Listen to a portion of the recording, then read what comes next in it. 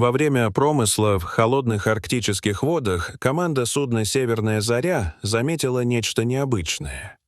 К кораблю подплывал огромный белый медведь, который двигался не так, как обычно ведут себя эти осторожные хищники. Вокруг дрейфовали льдины, усиливая тревогу моряков, особенно когда зверь начал медленно кружить у борта и подниматься из воды. Экипаж почувствовал напряжение, и капитан Павел Андреев с верхней палубы внимательно наблюдал за медведем.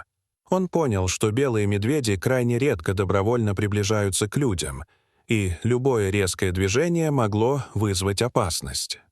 Моряки спустили пустую спасательную шлюпку, вооружившись веслами и веревками, и приготовились к контакту, понимая, что их маленькая лодка уязвима перед такой силой. Страх и тревога ощущались каждым, кто стоял на борту, потому что сочетание сильного ветра, дрейфующих льдин и близкого контакта с диким хищником создавало постоянную угрозу. С высоты борта корабля ситуация казалась безопаснее, но напряжение становилось заметным, как только шлюпка коснулась воды. Медведь тихо зарычал и ухватился за край лодки своими массивными лапами. К счастью, материал корпуса оказался достаточно прочным, чтобы выдержать давление его когтей. Олег, один из матросов, тихо прошептал: «Хорошо, что корпус усиленный». Его слова вызвали напряженный смешок у товарищей. Капитан Павел Андреев осторожно приблизился к краю палубы и оказался почти лицом к лицу с огромным зверем. Медведь поднялся на задние лапы и громко зарычал, демонстрируя силу и размер. Старший помощник Игорь Селиванов нахмурился и спросил, что животное пытается им сообщить. Но ответа не последовало. Лишь более тихие настойчивые звуки давали понять, что поведение не случайно. По мере того, как судно медленно удалялось, медведь становился все беспокойнее, рычал и тряс лапами, словно требуя внимания. «Стоп, машина!» — приказал капитан, и команда немедленно подчинилась, чтобы не спровоцировать животное. Зверь вновь нырнул в воду и поплыл в противоположную сторону, словно приглашая следовать за ним. Игорь почувствовал, что это не случайность, и продолжил наблюдать. Двигатель корабля недовольно зарычал, когда судно снова изменило курс. Решив, что медведь может быть голоден, боцман Артем Воронов принес одну из самых крупных рыб из камбуза. Капитан бросил ее в воду, однако медведь лишь обнюхал добычу, приподнял ее лапой и проигнорировал. Он снова встал на задние лапы и издал низкие рычание, которое звучало не угрожающе, а настойчиво. Капитан нахмурился и подумал, что если зверь не голоден, тогда чего он хочет? В этот момент поведение зверя резко изменилось. Он начал царапать корпус корабля своими острыми когтями. Сначала тихо, но постепенно звук становился все громче, и по палубе распространился металлический скрежет. Капитан крикнул матросу Сергею Мельникову: «Принеси рацию!» Стало ясно, что требуется помощь специалистов, потому что обычные действия экипажа не могли объяснить или контролировать ситуацию. Сергей поспешил выполнить приказ.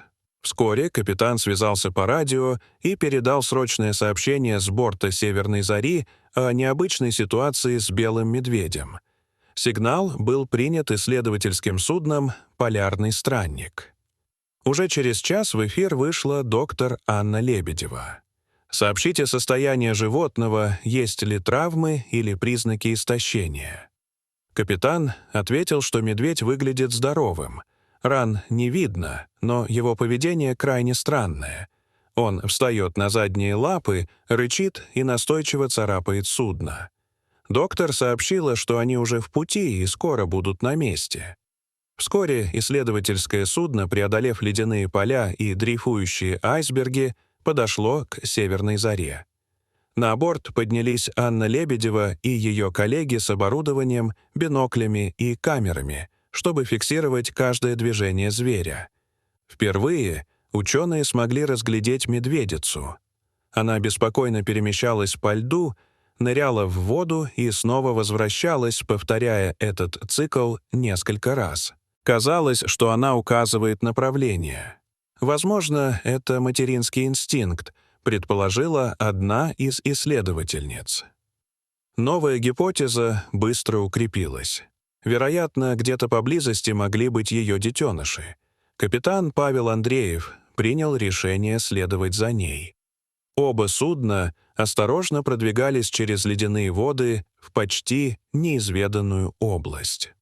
При приближении к определенной точке поведение медведицы стало еще более напряженным. Ее крики участились. Она металась сбоку на бок, словно показывая, что они близки к чему-то крайне важному.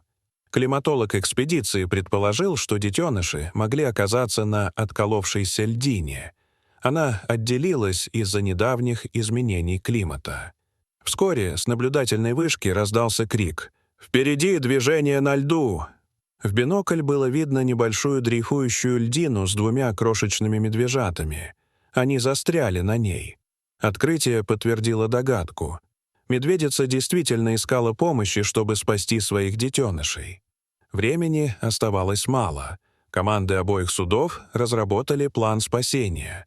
Они осторожно маневрировали между льдинами, чтобы не перевернуть нестабильный кусок льда. Операция требовала точности и полной координации. В итоге медвежат удалось аккуратно переместить на безопасную поверхность рядом с матерью. Увидев своих малышей, медведица издала глубокий звук облегчения, смешанный с остатками тревоги. Она коснулась их мордой, проверяя, все ли в порядке. На палубах воцарилась тишина.